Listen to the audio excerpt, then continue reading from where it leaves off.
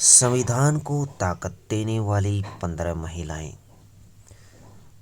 यूं तो डॉक्टर भीमराव अंबेडकर को संविधान का निर्माता माना जाता है दोस्तों, लेकिन जिस सभा ने हमारे इस संविधान को आकार दिया उसमें 299 सदस्य थे।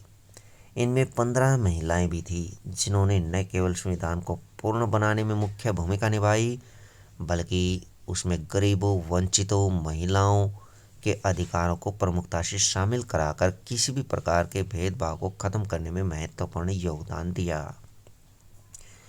ये देख सकते हैं दोस्तों इन महिलाओं की फोटो, दुर्लभ फोटो। पहली महिला थी दोस्तों अम्मू स्वामीनाथन। समान मतदान अधिकार की पैरवी की थी इन्होंने। ये तमिलनाडु की रहने वाली थी। बेगम कुदसिया हिंदी को राष्ट्रभाषा बनाने की पक्ष में थी। हिंदी को राष्ट्रभाषा बनाने में इनका योगदान रहा। ये पंजाब की रहने वाली थी दोस्तों। दक्षावनी आरक्षण के खिलाफ रही ये केरल की रहने वाली थी। एनी मैस्क्रीन रियासतों के विलय में भूमिका इन्होंने निभाई थी। ये त्रिवेंद्रम में जन्मी थी। ये केरल की रहने वाली थी। दुर्गाबाई देशमुख हिंदी को बढ़ावा दिया। आंध्र प्रदेश की रहने वाली थी।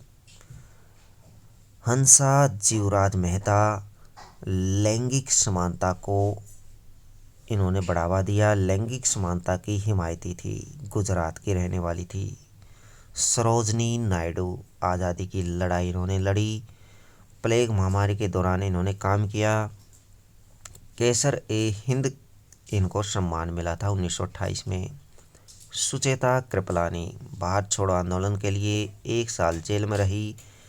देश की पहली महिला मुख्यमंत्री, उत्तर प्रदेश की पहली महिला मुख्यमंत्री बनी।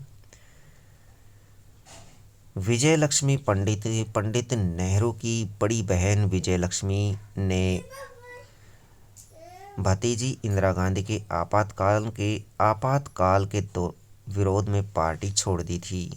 विजय लक्ष्मी पंडित ने इंदिरा गांधी के आपातकाल के समय में विरोध में पार्टी छोड़ दी थी। कमला चौधरी स्वतंत्रता संग्राम में 6 बार जेल गई। मेरठ की रहने वाली थी। मेरठ यूपी की रहने वाली थी। लीला रॉय दंगों में 400 महिलाओं को बचाया था। लीला रॉय ने 400 महिलाओं को बचाया था।